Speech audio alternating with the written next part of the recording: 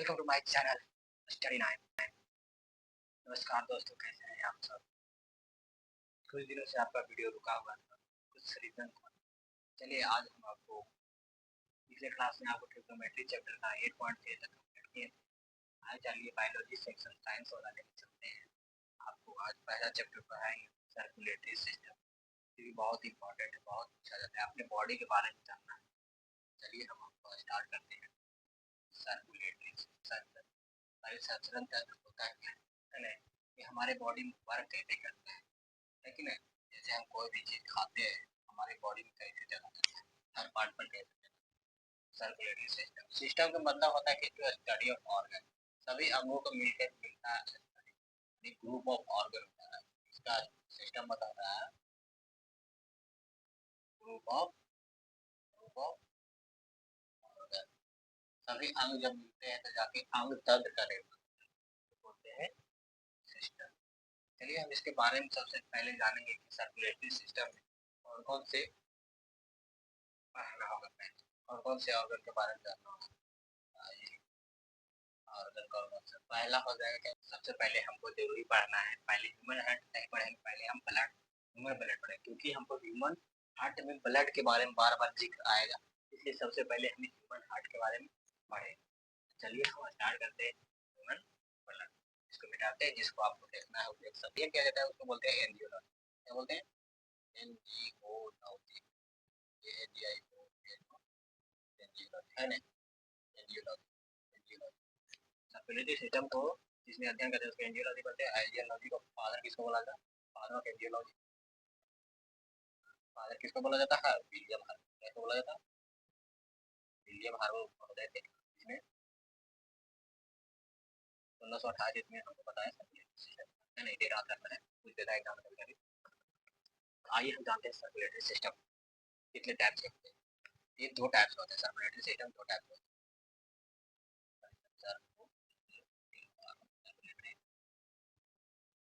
System है ना, ये दो टाइप, कितने टाइप होते हैं? तो कौन से बात जानते हैं? एक होता है ओपन सर्कुलेटरी सिस्टम। क्या होता है? ओपन, शॉर्ट में लिख देते हैं ओपन सी एस। और होता है क्लोज सी एस, मतलब बंद परिसर के अंदर खुला परिसर। इसको हम बोलते हैं बंद परिसर क्यों बोलते हैं, खुला परिसर क्यों बोलते हैं, उसके बारे में जानते हैं, है ना। तो ओपन सर्कुलेटरी सिस्टम उसको बोला जाता है जिसमें ब्लड वेसल्स नहीं पाए जाते हैं, यानी कि उनमें जो ब्लड होता है ना ओपन में रहता है, खुला में, जिसको ऐसे पकड़ देने के बाद पूरा ब्लड बाहर आ जाता है। इसके कुछ एग्जांपल इसके बारे में जानते हैं। जैसे हो गया ऑल इंसेक्ट्स, ऑल इंसेक्ट्स हो गया, जैसे हो गया ऑक्टोपस, ऑक्टो ऑक्टोपस, और हो गया क्या, और मस्कीटो हो ही जाएगा, ऑक्टोपस हो गया, हो जाएगा कॉकरोच, और एक होता है प्रॉन। प्रॉन उसका होता है झींगा। ये सब में है जो ब्लड वेसल्स नहीं पाए जाते हैं, ये सब है जो खुले ब्लड पाया जाता है। यानी कि इस कर देने के बाद आएगी, जिसको हम लोग जानते हैं जैसे एक मॉस्किटो है, इसको हल्का सा ऐसे करने के बाद इसका ब्लड बाहर आएगा, बाहर की तरफ इसका ब्लड रहता है ना। और इसमें ब्लड वेसल्स नहीं पाए जाते हैं, इसमें ब्लड वेसल्स पाए जाते हैं। इसमें मैमल्स आ जाएंगे, जितने इसमें आज सबसे पहले आ जाएगा वुमेन आ जाएगा, मैमल्स हो जाएगा, जो स्तनधारी है, जो दूध अपने बच्चे को पिलाती है, मैमल्स हो जाएगा, है ना। ये सब में डक्ट पाए जाते हैं, नलियां पाई जाती है, जिसके कारण कि जो इसके ब्लड है जो नस के अंदर फ्लो होता है ना। इसको अगर हम, अब जैसे हमारा ब्लड है, तो ब्लड हमारा कैसा कलर का है? हरा कलर का है, लेकिन दिखता है आपको ब्लड कैसा है? तो इसमें हमारा डक्ट पाए जाते हैं, डक्ट जिसको बोलते हैं हम नलियां पाए जाते हैं, जैसे ऐसे ऐसे आता है, इसमें हमारा ब्लड फ्लो होता है। यहाँ तक आप समझें कि हमारा सर्कुलेटरी सिस्टम दो प्रकार का होता है, close circulatory system, open circulatory, खुला परिसर, बंद परिसर। खुला परिसर में उसको जिसमें ब्लड वेसल्स नहीं पाए जाते, ये समय ऐसे ब्लड वेसल्स पाए जाते हैं, रक्त वाहिनी, ब्लड रक्त वाहिनी, रक्त वाहिनी पाए जाते हैं, इसमें पाया जाता है, इसमें नहीं पाया जाता। इसी कारण है जो टूट लगने के बाद थोड़ा हल्का फुल्का ब्लड होता है, फिर बंद हो जाता है, लेकिन इसको नहीं पाए जाते। और इसको हम जैसे ही चाहते हैं या मारते हैं तो इसको ब्लड बाहर आता है, बिठाते हैं, हम ध्यान से देखिए, स्क्रीनशॉट ले लीजिए, ठीक है।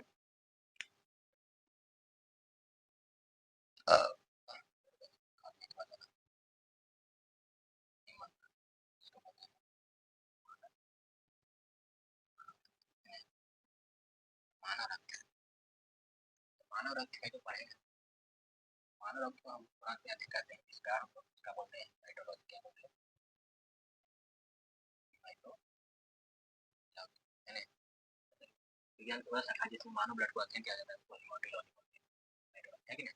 जिस हाइड्रोलॉजी का जो स्पष्ट होता है ना, स्पेशलिस्ट ब्लड ऑफ हो गया, स्टडी ऑफ ब्लड, जिसमें रक्त का अध्ययन किया जाता है उसको हेमाटोलॉजी बोलते हैं।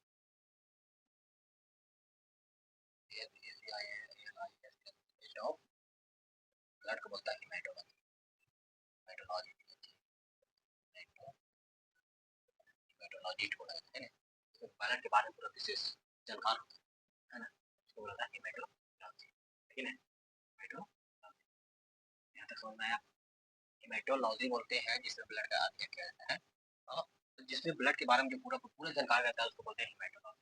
अब हम जानते हैं कि हमारे शरीर में हमारा ब्लड जो होता है कैसा लिक्विड, हमारा ब्लड होता है लिक्विड कनेक्टिव टिश्यू। हमारा ब्लड है तरल से क्या होता है, तरल से तब हमारा ब्लड जो होता है लिक्विड है, जिसके कारण है जो हमारा ब्लड किसी भी चीज में घुल जाता है, पानी में किसी, अगर हमारा ब्लड लिक्विड नहीं रहेगा तो हमारा ब्लड सॉल्युबल नहीं होगा, हमारे बॉडी में फ्लो नहीं होगा। अब इसके बारे में बात करते हैं। इसके बाद हमारा बॉडी में जो ब्लड होता है ना, ब्लड, हमारा बॉडी में blood 7% of body weight, body weight कितना होता है अप्रोक्स, इसका हमारा बॉडी वेट होना चाहिए 70 से 80 केजी। अगर किसी का 110 के जी समझिए शरीर में बीमारी बता खा गए पूरा क्या खराब हो गया समझिए, बीमारी में हमारा ऑन एन एवरेज हमारा बॉडी वेट करना चाहिए 70 से 80, जो कि एक हेल्दी पर्सन है कि नहीं।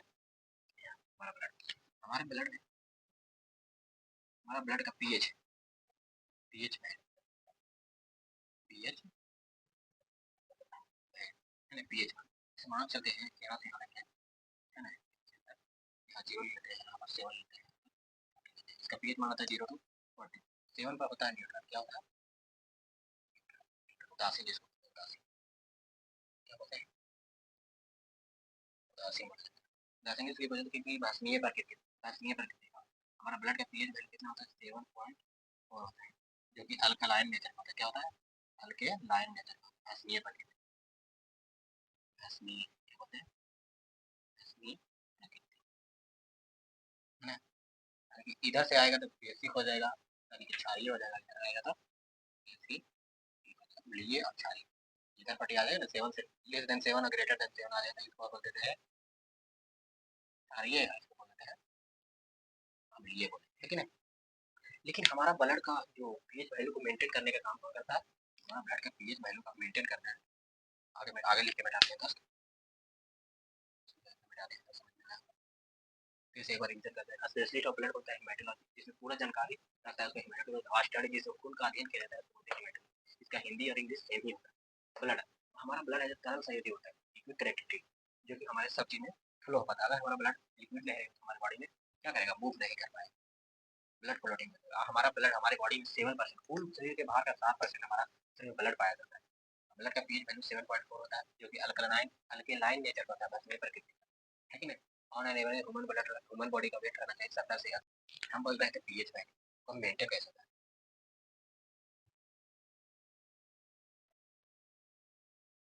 ब्लड का पीएच वैल्यू अच्छा से दिखाता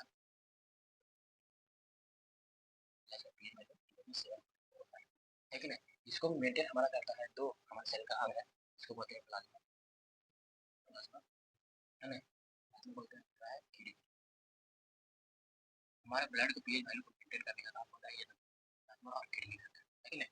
हमारा ब्लड का पीएच वैल्यू कितना 7.4, ऐसा हल्के लाइन में हल्के हल्के लाइन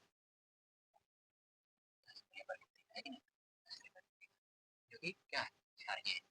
अब हम पढ़ते हैं कि हमारे बॉडी में ब्लड, हमारे बॉडी में ब्लड का फॉर्मेशन कैसे होता है, ब्लड फॉर्मेशन, रक्त का निर्माण कहाँ होता है हमारे बॉडी का, इसको बोलते हैं बोन। इसको हिंदी में बोन मतलब अच्छे हमारे मतलब खाने का हमारे से इसको हिंदी में बोलते हैं अस्थि मज्जा। कहाँ होता है यानी कि हमारा ब्लड ऐसे रहता है, ऐसे रहता है, इसके बीच में खाली जगह रहता है ना, और इसके अंदर हमारा बोन मैरो रहता है। ये हमारा बोन मैरो डोनेट होता है। सलमान खान एक बच्चा को डोनेट किया था। आपको कहेगा कि सर अपना बोन मैरो कैसे डोनेट करता है, तो पूरा बोन में नहीं डोनेट नहीं किया जाता, बल्कि हल्का सा निकाल कर उस बच्चे के बोन मैरो में डाल दिया जाता है। लेकिन कहेगा सर हड्डी के काट के डालते हो, ऐसे कैसे पॉसिबल नहीं। एक मशीन आता है, मशीन के द्वारा हल्का सा बोन मैरो निकाल दिया ताकि उसका जीवित रहना बहुत जरूरी है। अगर बोन मैरो नहीं है किसी का बोन में हड्डी में, तो उसमें ब्लड का निर्माण नहीं, ब्लड का निर्माण होता है, निकलता है इसे किसी ब्लड छोटी छोटी छोटी छोटी वेसल्स होते हैं, रक्त वाहिका है ना, जिससे निकल के हमारे बॉडी में होता है कि नहीं। ब्लड फ्लोरेसेंस बनने की प्रक्रिया को बोलते हैं पोइसिस। क्या बोलते हैं? POEISIS फॉर्मेशन, पोइसिस बोलते हैं ब्लड का निर्माण होने की प्रक्रिया, इसको बोलते हैं process of blood, processing of blood. Blood निर्माण जब होता है तो उस प्रक्रिया को पोइसिस बोला जाता है। क्या बोलते हैं? पोइसिस। आवाज आ रही है बच्चों आपको? आवाज तो आ रही है, लेकिन जब देखते हैं जानते हैं लोग कि कभी कभी हमारा ब्लड जब डेड हो जाता है, ब्लड डेड होता है तो जाके कहाँ मरता है? कभी कभी ब्लड खून के रास्ते में ही मर जाता है, नहीं तो कभी कभी जाके मरता है कहाँ? Graveyard of blood. रक्त का कब्रिस्तान किसको बोला जाता है? याद है? ग्रेवयार्ड, ग्रेवयार्ड ऑफ ब्लड, रक्त का कब्रिस्तान, रक्त का कब्रिस्तान है ना। रक्त का कहाँ मरता है? स्प्लीन। क्या पता है? स्प्लीन, जिसको हम लोग पलिया बोलते हैं। जैसे मरता है तो निर्माण भी कहाँ होता है? यह स्प्लीन में ही निर्माण, है कि नहीं? स्प्लीन में होता है और यकृत में है कि नहीं? निर्माण, निर्माण भी मरता भी स्प्लीन में, निर्माण भी होता है स्प्लीन में, इसलिए तो कहा जाता है रक्त का कब्रिस्तान। इसको स्प्लीन को। चलिए बैठाते हैं, इसके आगे हम बढ़ते हैं, है नहीं? हमारे शरीर में ऑन एवरेज ब्लड कितना होना चाहिए, बैठाता हूँ इसके आगे। आपको देखना है तो देख लीजिए, एक मिनट पढ़ते हैं। इसको हीमोपोइसिस क्या बोलता है? हीमोपोइसिस मतलब ब्लड निर्माण की प्रक्रिया क्या होती है? हीमोपोइसिस, ठीक है।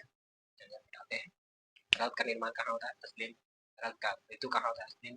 निर्माण कभी कभी यकृत होता है, कभी कभी ब्लड है जो अपने रास्ते में मर जाता है कि नहीं?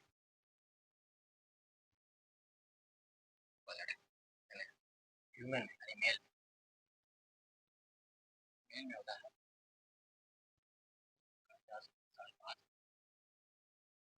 10.5 लीटर होता है, जबकि फीमेल में 4 से लेता है 4.5 लीटर, है ना। कम क्यों होता है इसके बारे में जानकारी दे देते हैं आपको। क्योंकि हमारे जो लोगों के जो मेल में होता है 4 से 5 लीटर, फीमेल में होता है, क्योंकि फीमेल में जो मेंस्ट्रुएशन साइकिल होता है महीना में 28 दिन का, जो कि 4 दिन, उसमें से जितने भी ओवम बनते हैं वो लास्ट दिन में क्या हो जाते हैं? डेड हो जाते हैं। डेड हो जाते हैं तो मेंस्ट्रुएशन साइकिल के दौरान उसका ब्लड है जो 4 दिन लगातार गिरता है, निकल जाता है बॉडी से। इसी कारण है जो फीमेल में 4 से 4.5 लीटर ब्लड पाया जाता है ना। अब हम जानें क्या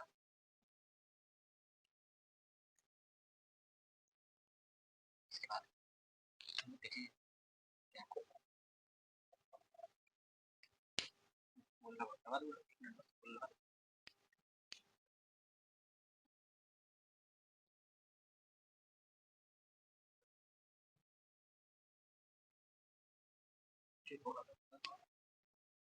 अब हम लोग जाने की ब्लड है, जो हमारा ब्लड है ना, ब्लड का कलर कैसा होता है?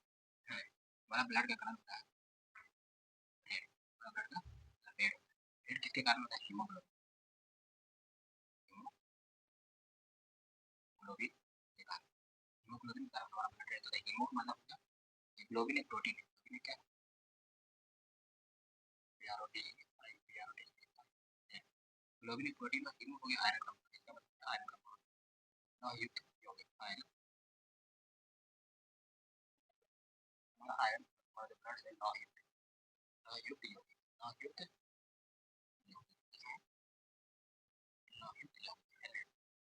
जैसे देखते हैं कि खोले में अगर ब्लड को रखा जाता है तो ब्लड में एक कलर आ जाता है कि नहीं? जो लाल हो जाता है, अगर हमारे ब्लड में आयरन नहीं रहेगा, हमारा ब्लड का जो कलर रेड नहीं हो पाएगा। क्यों हो जाता है? क्योंकि ब्लड का हमारे शरीर में ऑक्सीजन होता है, पता है ना? ऑक्सीजन ऑक्सीजन वाटर भी होता है, पता है कि नहीं? उसके संपर्क में जब आता है तो जैसे बाहर देते हैं, रड वगैरह रखते हैं, लोहा वगैरह रखते हैं, तो ऑक्सीजन में नमी रहता है, हवा में नमी रहता है, नमी में पानी रहता है, तो जिसके कारण देखते हैं कि रेड पर लाल लाल कलर का हो जाता है। तो ठीक उसी प्रकार हमारे बॉडी में है जो ब्लड, हमारे बॉडी में क्या पाया जाता है? ऑक्सीजन। ऑक्सीजन के साथ साथ हमारे बॉडी में प्लाज्मा भी रहता है, लिक्विड अवस्था में पानी रहता है, ठीक है ना? पानी रहता है, तो जिसके कारण है जो हमारा ब्लड का कलर लाल है, ठीक है ना? यहाँ तक समझ में आया? समझ में आया? अब इससे थोड़ा सा आगे जानते हैं कि कोई अगर पूछ दे, बताओ भ्रूण अवस्था में इम्ब्रायो अवस्था में इम्ब्रायो स्टेज, इम्ब्रायो स्टेज में ब्लड का निर्माण कहाँ? इम्ब्रायो स्टेज में ब्लड का निर्माण हमारी मां से होता है। जो अपनी कहता है ना कि अपने बच्चे को खून से सींचिए, तो हमारे माता से एक ब्लड निकलता है, एक ऑर्गन निकलता है जिसको बोलते हैं प्लेसेंटा। ये प्लेसेंटा जिसको हिंदी में बोलते हैं अपरा। उसमें दो आर्टरी रहता है और एक क्या रहता है, है ना? इसके द्वारा हमारे शरीर में कहा कि इम्ब्रायो स्टेज में ब्लड का निर्माण निकलता है। तो अगर जैसे की बातें कहेगा तो बच्चे को पूछेगा, बताओ इम्ब्रायो स्टेज में क्या बच्चे में जो रहता है उसमें ब्लड पाया जाता है, कहाँ पाया जाता है, कहाँ निर्माण होता है ब्लड का? तो इम्ब्रायो स्टेज में ब्लड का निर्माण होता है कहाँ? यहाँ थोड़ा सा हटा के नहीं देते हैं, भ्रूण अवस्था में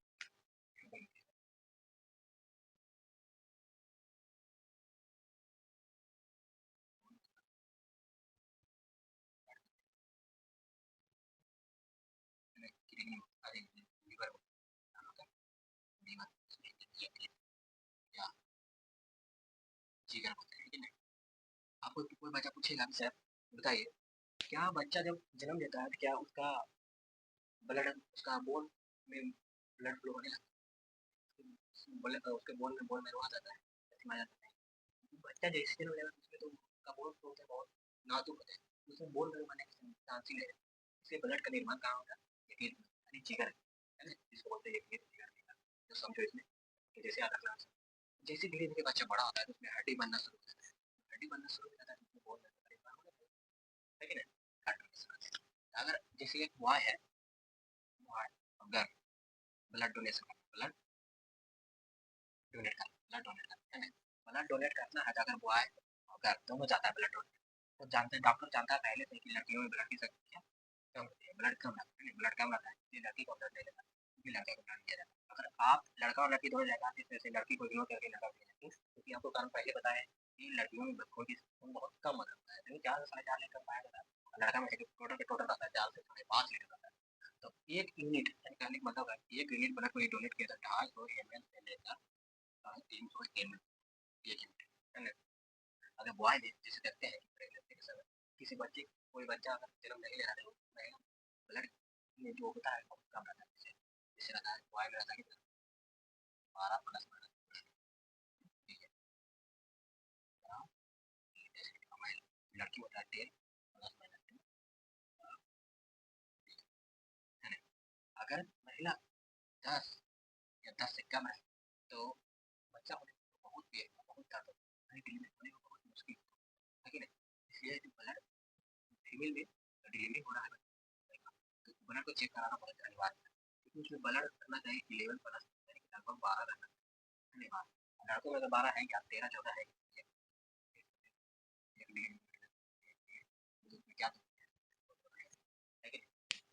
इसमें से एक इम्पोर्टेंट चीज पता है, पूछा ना जाता है क्योंकि जानकारी तो बता, लेकिन एक यूनिट डोनेट करने में कितना लगता है? 28 है, आपको नोट में लिखिएगा,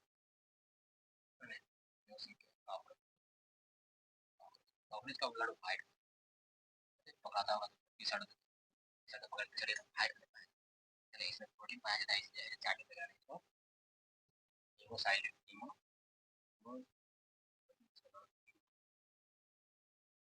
हीमोलिन, प्रोटीन पाया जाता है, जिसके कारण इसका ब्लड वाइट पाया जाता है। चाइनीज को बहुत बहुत इसको बहुत टेस्टी के साथ खाता है। एक हमारा आ गया ऑक्टोपस, ऑक्टोपस इसका ब्लड होता है, इसमें कौन सा प्रोटीन पाया जाता है? हीमोसाइड,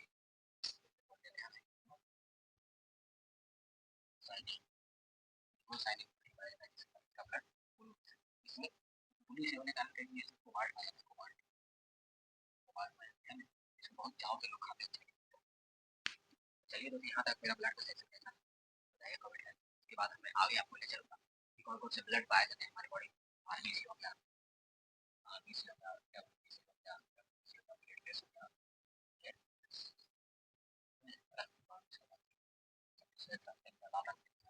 एक-एक के बारे में सबके बारे में आगे क्लास में डिस्कस करेंगे। ठीक है? तब तक के लिए लाइक कमेंट सब्सक्राइब बताइएगा। आज का आपसे डेली वीडियो चलेगा।